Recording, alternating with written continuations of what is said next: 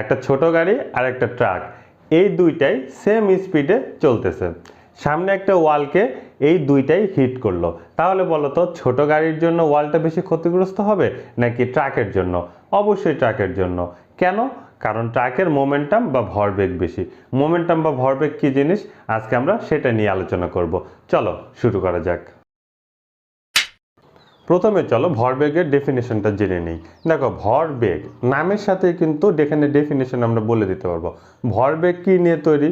ভর আর বেগ। তাহলে আমরা এভাবে বলতে পারি, ভরবেগ হচ্ছে কোনো বস্তুর ভর আর বেগের গুণফল।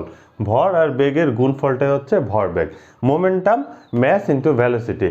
এখন দেখো তো, কোন একটা, এর আগে আমি যে ট্রাক আর ছোট প্রাইভেট কারের এক্সাম্পল দিলাম, আমরা তেমন একটা গাড়ির কথা চিন্তা করি।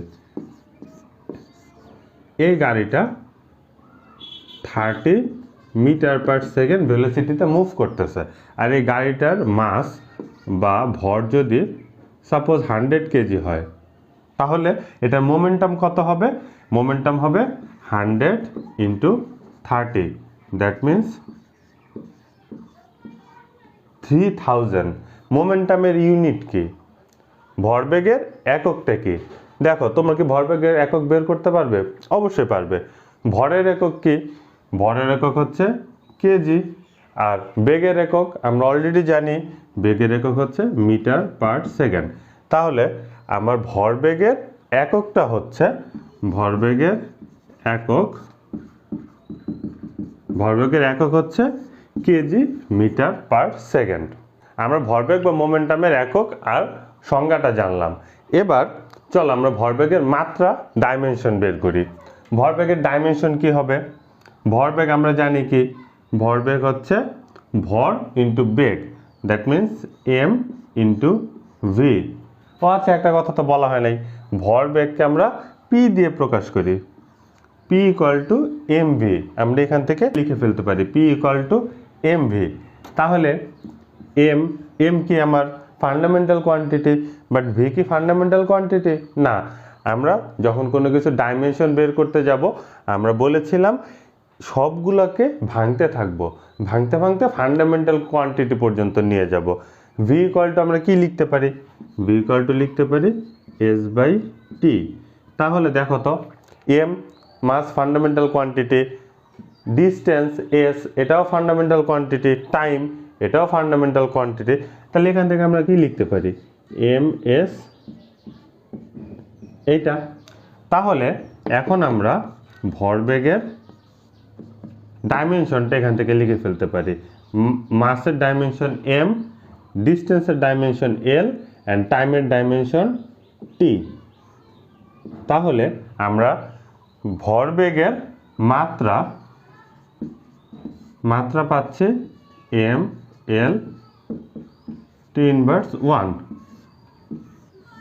আচ্ছা, এবার বলো তো, ভরবেগ এটা কি ভেক্টর কোয়ান্টিটি না স্কেলার কোয়ান্টিটি? দেখো, ভরবেগ, ভর আর বেগ এই দুইটা কোয়ান্টিটি নিয়ে তৈরি। এখন ভর এটা তো আমার স্কেলার কোয়ান্টিটি, বেগ ভেলোসিটি হচ্ছে আমার ভেক্টর কোয়ান্টিটি। তাহলে আমরা বলতে পারবো ভরবেগও একটা ভেক্টর কোয়ান্টিটি। ভেক্টর কোয়ান্টিটি কি? যার একটা ভ্যালু আছে আর একটা ডিরেকশন আছে। তাহলে দেখো তো, ভরবেগকে আমরা বলতে পারি ভরবেগ হচ্ছে একটা ভেক্টর কোয়ান্টিটি। কেন? কারণ আমার ভেলোসিটি ও নিজেই হচ্ছে একটা ভেক্টর, দ্যাট মিন্স এটা হচ্ছে আমার ভেক্টর। এটা কিন্তু আমাদের খুব ইম্পর্ট্যান্ট। আমরা যখন ম্যাথ করব তখন কিন্তু আমাদের এই জিনিসটা বারবার ঘুরায় আসবে, তোমরা এই জিনিসটাই বারবার ভুল করবে। ভেলোসিটির ডিরেকশন নিয়ে আমরা কিছুক্ষণ পরই দেখব। আমরা মোমেন্টাম নিয়ে কথা বললাম, মোমেন্টাম কাকে বলে সেটা জানলাম, মোমেন্টামের ইউনিট, ডাইমেনশন অ্যান্ড মোমেন্টাম যে একটা ভেক্টর কোয়ান্টিটি সেটাও আমরা দেখলাম। আচ্ছা, এবার চলো আমরা ভরবেগের আরেকটু গভীরে চলে যাই। ভরবেগটা কি সবসময় কনস্ট্যান্ট থাকে? চিন্তা করো, না, ভরবেগ সবসময় কনস্ট্যান্ট থাকে না। ভরবেগ ডিপেন্ড করবে আমার ভর আর বেগের উপরে, যেহেতু তার মানে আমাদের ভর আর বেগ দুইটার একটাকে যদি আমরা চেঞ্জ করি, আমরা কিন্তু আলটিমেটলি ভরবেগটা চেঞ্জ হয়ে যাবে। দেখো, একটা এক্সাম্পল দেই। মনে করো একটা বাসে 40 জন যাত্রী আছে। তাহলে 40 জন যাত্রী সহ আমরা বাসের মাসটা কাউন্ট করব। আমরা 40 জন যাত্রী সহ ওই বাসের মাস কাউন্ট করলাম m। এখন ওই বাসটা যে ভেলোসিটিতে যাচ্ছে, আমরা ধরি ইউনিফর্ম ভেলোসিটিতে বাসটা মুভ করতেছে, তাহলে এই যে এই বাসের আমার যে মোমেন্টাম, এটা হচ্ছে আমার বাসের মোমেন্টাম। এখন এই মোমেন্টামটা কখন চেঞ্জ হবে? আমি আগেই বলছি, যদি আমার মাস চেঞ্জ হয় অথবা ভেলোসিটি চেঞ্জ হয় তাহলে আমার মোমেন্টাম চেঞ্জ হবে। এখন মনে করো নির্দিষ্ট গন্তব্যে পৌঁছানোর পর সব যাত্রী বাস থেকে নেমে গেল। ওকে, তাহলে কি হলো? বাসের আমার মাস বা ভর কি কমে গেল? অবশ্যই বাসের মাস কমে গেছে। এখন একটা খালি বাস, ওই বাসটাই খালি বাস, যেই স্পিডে সে যাচ্ছিল সেই স্পিডে সে যদি আবার খালি বাসটা চলে আসে তাহলে আমার কি ভেলোসিটিও সেম থাকতেছে, বাট মাসটা তো কম। তাহলে আমরা বলবো বাসের যখন যাচ্ছিল কোথাও তখন যাত্রী সহ তার মোমেন্টাম বেশি ছিল, আর যখন সে খালি ফিরে আসতেছিল তখন যেহেতু মাস কম হয়েছে সেহেতু মোমেন্টাম বা ভরবেগ কম হয়েছে। দুইটা বস্তু চিন্তা করে, আমি প্রথমে যেমন একটা ট্রাক আর একটা প্রাইভেট কার বলছিলাম, সেখানে দুইটার ভেলোসিটি আমার সমান ছিল কিন্তু একটার মাস বা ভর বেশি ছিল। তাহলে কার মোমেন্টাম বেশি?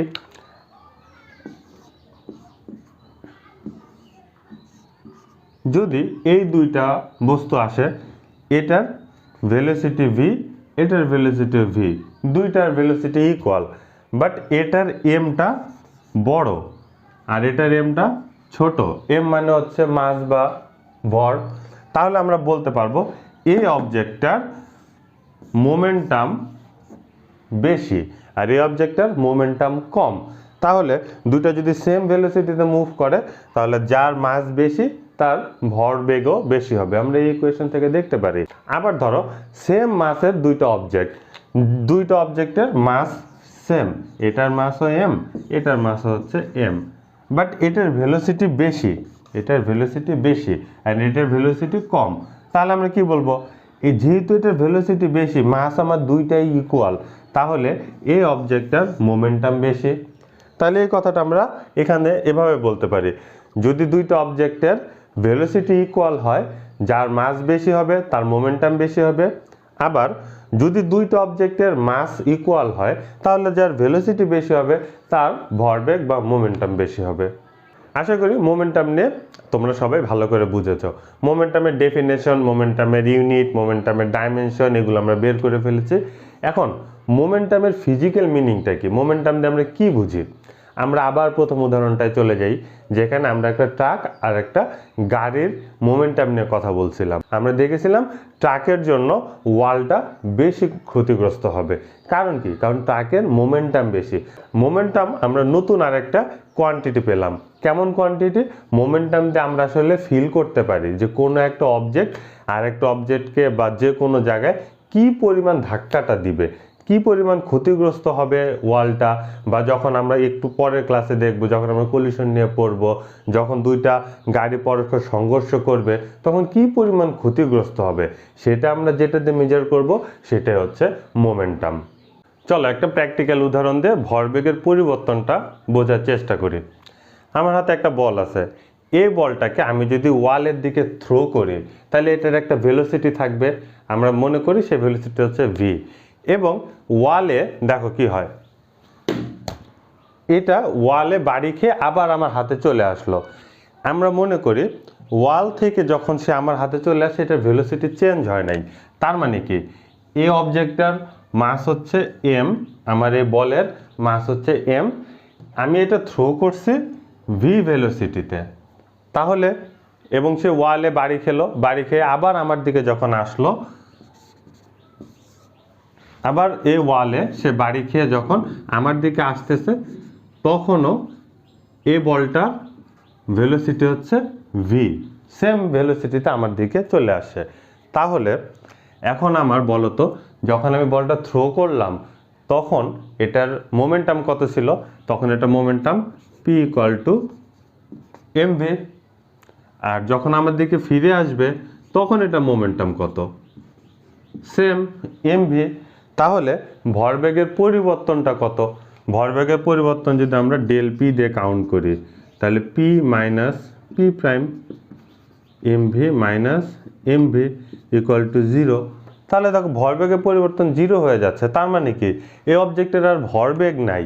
তো কিন্তু এটা কি আসলেও সম্ভব?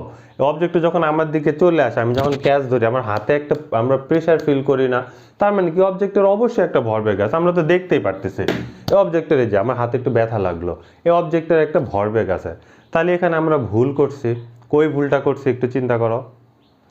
দেখো আমরা বলছিলাম ভরবেগ হচ্ছে একটা vector quantity, right? Vector quantity কি একটা ভ্যালু থাকবে, একটা ডিরেকশন থাকবে। এখন এখানে আমাদের ভুলটা কই হয়েছে বুঝতে পারছো? দেখো যখন আমরা বলটাকে ওয়ালের দিকে থ্রো করছি, তখন আমাদের ভেলোসিটি এদিকে, এটাকে আমরা প্লাস ধরে নিই, প্লাস ভেলোসিটি। সাপোজ আমরা একটা ডিরেকশনে যাচ্ছি, ডিরেকশন এদিকে। আবার যখন সে ওয়ালে বাড়ি খেয়ে আমার দিকে চলে আসতেছে, তখন তার ভেলোসিটি কি হবে? ভি হবে না মাইনাস ভি হবে? কারণ তার ডিরেকশন তো অপোজিট দিকে। তাহলে এখানে আমার ভেলোসিটি হবে মাইনাস ভি। ওকে, তাহলে বাড়ি খাওয়ার পর ওয়ালে বাউন্স ব্যাক করে যখন আবার আমার কাছে আসবে, তখন এটা কি হচ্ছে? মোমেন্টাম হবে মাইনাস এম ভি। ঠিক আছে, এই যে এই মাইনাসটা, এই জিনিসটাই তোমরা ভুল করো। আমি বলছিলাম তোমরা এক্সামে দেখবা বারবার এই ভেলোসিটি ডিরেকশন নিয়েই ঝামেলায় পড়বা। Be careful. ওকে, তাহলে এবার আসো, দেখো এবার আমাদের ম্যাথটা হয়ে যাবে। তাহলে আমাদের ভরবেগের কতটুকু পরিবর্তন হয়েছে, মোমেন্টাম চেঞ্জ হয়েছে কতটুকু, আমরা এখান থেকে লিখতে পারবো যে প্রথমের ভরবেগ মাইনাস শেষ ভরবেগ এম ভি। তাহলে প্লাসে মাইনাসে, মাইনাসে মাইনাসে প্লাস, মাইনাসে মাইনাসে প্লাস, তাহলে এখান থেকে লেখা যাচ্ছে 2 mv। তার মানে আমার এই বলটার মোমেন্টাম চেঞ্জ হয়ে গিয়েছে 2 mv। আমি যে মোমেন্টামে এটা থ্রো করছিলাম, ও আমার হাতে যখন ফিরে আসে, তখন কিন্তু তার মোমেন্টাম আরও বেড়ে গেছে। এই বলের এক্সাম্পলটা দিয়ে আমরা আসলে কি বুঝলাম? এই ওয়ালটা কি দেখো তো, এই বলটার উপরে যে একটা ফোর্স অ্যাপ্লাই করছে, এটা কতটুকু সময়ের জন্য? অনেক অল্প সময়ের জন্য না, কিন্তু দেখো এই বলটার মোমেন্টাম কি হিউজ অ্যামাউন্টে চেঞ্জ হয়ে গেছে। এই জিনিসটাই ঘটে কিন্তু ক্রিকেট খেলায়। আমার বলার যখন বল করে, তার যে মোমেন্টাম থাকে, ব্যাটসম্যান খালি ব্যাট দিয়ে অল্প একটু সময়ের জন্য ওটা টাচ করে, মোমেন্টাম চেঞ্জ হয়ে যায়। মোমেন্টাম চেঞ্জ হয়ে বলটা বাউন্ডারি কিংবা ওভার বাউন্ডারি হয়ে যায়। চলো এখন আমরা ভরবেগের সংরক্ষণ সূত্র বা কনজারভেশন অফ মোমেন্টাম নিয়ে কথা বলি। একটা জিনিস খেয়াল করো, আমার এখানে দুটো অবজেক্ট আছে, একটা m1 একটা m2। m1 এর আদিবেগ বা ইনিশিয়াল ভেলোসিটি u1 আর m2 এর আদিবেগ বা ইনিশিয়াল ভেলোসিটি u2। এবং এখানে একটা শর্ত দেওয়া আছে u1 গ্রেটার দেন u2। তার মানে কি, আমরা এটা এভাবে বলি, এটা হচ্ছে আমার m1, এটা হচ্ছে আমার m2। এখন এটার যেই ভেলোসিটি, এটার ভেলোসিটি এটার চেয়ে বেশি, তাহলে কি হবে? দেখো তো দুইটাই তো সামনে যাচ্ছে, আবার পেছনেরটার ভেলোসিটি বেশি, তাহলে কি হবে? একটা সময় যে এটাকে ধাক্কা দেবে না, এই যে সংঘর্ষ হবে এদের মধ্যে, সংঘর্ষ হওয়ার পরে কি হবে? সংঘর্ষ হলো, তখন এটা কি থেমে যাবে? না। তাহলে দেখো কি হবে, এখান থেকে এসে যখন সংঘর্ষ হলো, এটা আবার সামনে চলে যাবে, আবার ভেলোসিটিতে চলতে থাকবে। এই যে সংঘর্ষের পরে আর নতুন, এটার জন্য একটা ভেলোসিটি হবে, এটার জন্য একটা ভেলোসিটি হবে, সেই ভেলোসিটিকে আমরা v1 v2 ধরছি। আরেকবার বলি, সংঘর্ষের আগে, এই যে টাইমে আমার সংঘর্ষ হয়েছে, সংঘর্ষের আগে আমার m1 অবজেক্টের ভেলোসিটি ছিল u1, m2 অবজেক্টের ভেলোসিটি ছিল u2, এবং u1 u2-র চেয়ে বেশি ছিল। এবং সংঘর্ষের পর, সংঘর্ষ হয়েছে, সংঘর্ষ হলো, এটা আবার সামনে চলতে থাকবে, এও সামনে চলতে থাকবে। সংঘর্ষের পরে m1 এর ভেলোসিটি, ফাইনাল ভেলোসিটি আমরা এটা কাউন্ট করতে পারি। সংঘর্ষের পরে m1 এর ভেলোসিটি v1 অ্যান্ড m2 এর ভেলোসিটি v2। এ পর্যন্ত আমরা বুঝলাম। এখন আসো আমরা সরাসরি ভরবেগের সংরক্ষণ সূত্রে চলে যাই।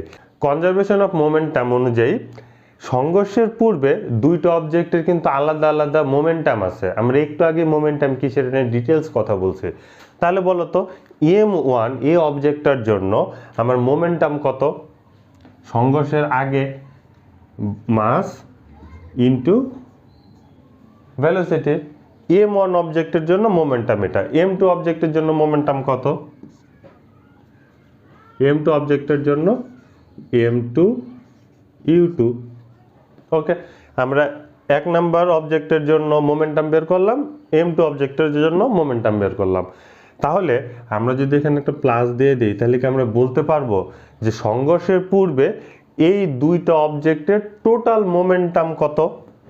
সংঘর্ষের পূর্বে এই দুইটা অবজেক্টের টোটাল ভরবেগ বা টোটাল মোমেন্টামটা আমরা পেয়ে গেলাম m1u1 প্লাস m2u2। এটা গেল আমার সংঘর্ষের আগে, সংঘর্ষের আগে। তাহলে সেমভাবে সংঘর্ষের পরের জন্য আমরা এই দুইটা অবজেক্টের টোটাল মোমেন্টাম বের করব। টোটাল মোমেন্টাম কীভাবে বের করব? Same mass m1 and v1, কারণ এখানে এখন velocity v, plus m2 v2। ওকে, তাহলে দুইটা অবজেক্ট, এই m1 m2 অবজেক্টের জন্য সংঘর্ষের পূর্বে আমরা টোটাল মোমেন্টাম পেলাম m1u1 প্লাস m2u2, আর সংঘর্ষের পরে টোটাল মোমেন্টাম পেলাম m1 v1 plus m2 v2। এখন আমাদের ভরবেগের সংরক্ষণ সূত্র বলে যদি বাইরের থেকে অন্য কোনো ফোর্স অ্যাপ্লাই না হয় তাহলে সংঘর্ষের আগের যে টোটাল মোমেন্টাম ছিল আর সংঘর্ষের পরে যে টোটাল মোমেন্টাম ছিল এই দুইটা ইকুয়াল হবে। তাহলে আমরা কি বলতে পারবো? m1u1 plus m2u2 equal to m1 v1 plus m2 v2। তাহলে ভরবেগের সংরক্ষণ সূত্র থেকে আমরা দেখলাম m1u1 plus m2u2 equal to m1 v1 plus m2 v2। এই সূত্রটা কখন প্রযোজ্য হবে বলো তো? এই সূত্রটা প্রযোজ্য হবে দুইটা অবজেক্টের জন্য, m1 and m2 অবজেক্ট। এটা কিন্তু আমার সংঘর্ষের পূর্বে টোটাল মোমেন্টাম এবং এইটা হচ্ছে সংঘর্ষের পর টোটাল মোমেন্টাম। আচ্ছা, মনে করো এখন আমার অবজেক্ট দুইটা না, আমার অবজেক্ট তিনটা, m1 m2 m3। তাহলে কি হবে? এই তিনটা চলতেছে, তাহলে এই তিনটার জন্য আমার একসময় সংঘর্ষ হবে, সংঘর্ষের আগে টোটাল মোমেন্টাম, সংঘর্ষের পরে টোটাল মোমেন্টাম কাউন্ট করতে হবে। তখন কি m1 m2, তখন আমাদের আরেকটা যোগ হবে প্লাস m3 u3, আর এখানে হবে m3 v3। আশা করি বুঝতে পারছো, সংঘর্ষের আগের টোটাল মোমেন্টাম আর সংঘর্ষের পরে টোটাল মোমেন্টাম এই দুইটা ইকুয়াল হবে। এটাই হচ্ছে আমার কনজারভেশন অফ মোমেন্টাম বা ভরবেগের সংরক্ষণ সূত্র। আজকের ক্লাসে আমরা মেইনলি মোমেন্টাম নিয়ে কথা বললাম। মোমেন্টামের সাথে সাথে আমরা সংঘর্ষ নিয়েও কিছুটা কথা বলেছি। আমরা আমাদের নেক্সট ক্লাসে সংঘর্ষ নিয়ে ডিটেলস আলোচনা করব। সে পর্যন্ত সবাই ভালো থাকো, সুস্থ থাকো, অ্যান্ড মোস্ট ইম্পর্টেন্টলি নিজের খেয়াল রেখো।